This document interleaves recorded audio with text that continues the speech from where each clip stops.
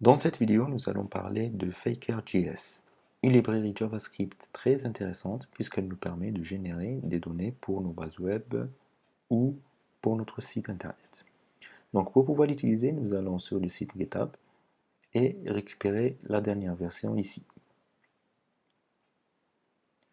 Donc une fois qu'on l'a téléchargé, il faudra y aller sur le dossier, télécharger et récupérer le dossier JS. Donc nous allons copier ce dossier dans notre répertoire de travail et après nous allons créer notre document HTML.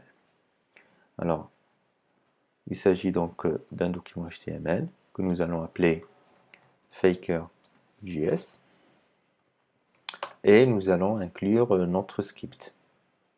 Donc ça sera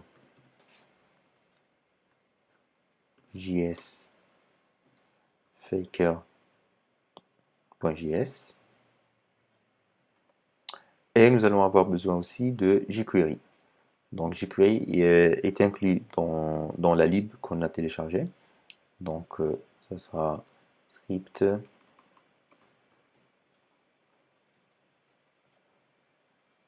js jQuery.js.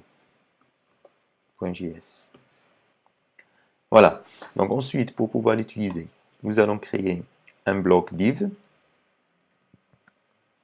Donc ça sera div qu'on va appeler bloc. Et ensuite, nous allons pouvoir écrire notre script. Alors, comment on va procéder? Nous allons utiliser jQuery pour créer dynamiquement des blocs div à l'intérieur de notre bloc. Donc, ça sera par exemple div.text. Et c'est ici que nous allons utiliser la librairie Faker. Donc, pour générer par exemple un nom, nous allons utiliser Faker.name.findName. Et nous allons rajouter ce bloc à notre div principal. Donc append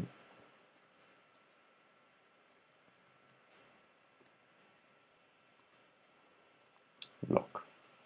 Voilà, nous allons sauvegarder et nous allons voir ce que ça donne sur Chrome.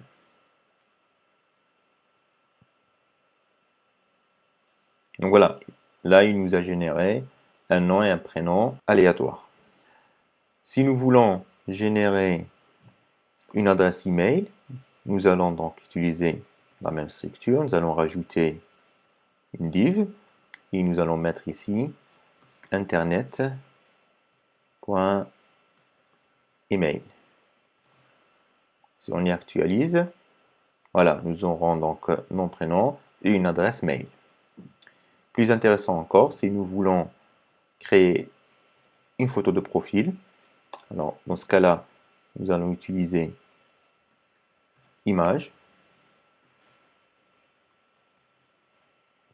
et nous allons utiliser la fonction attribut.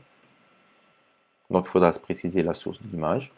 Donc ça sera source. Et ensuite, nous allons pouvoir utiliser Faker pour récupérer une image. Donc vous pouvez utiliser image.avatar. Donc il s'agit d'une photo de profil. Et nous allons rajouter tout ça à notre classe principale.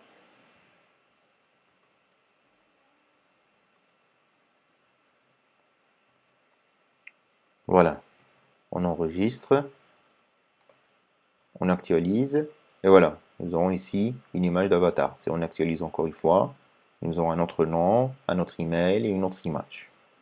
Alors donc, comme vous voyez, c'est assez intéressant. Donc maintenant, si nous voulons générer plus de données de façon automatique, nous allons créer une boucle. Voilà, donc nous allons générer 10 profils. Donc ça sera inférieur égale à 10.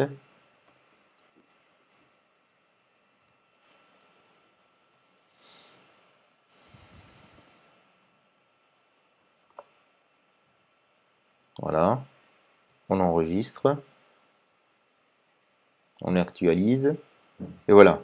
Donc nous avons un ensemble de profils que nous pouvons utiliser, soit pour alimenter notre base web, soit pour les besoins de test de notre site internet.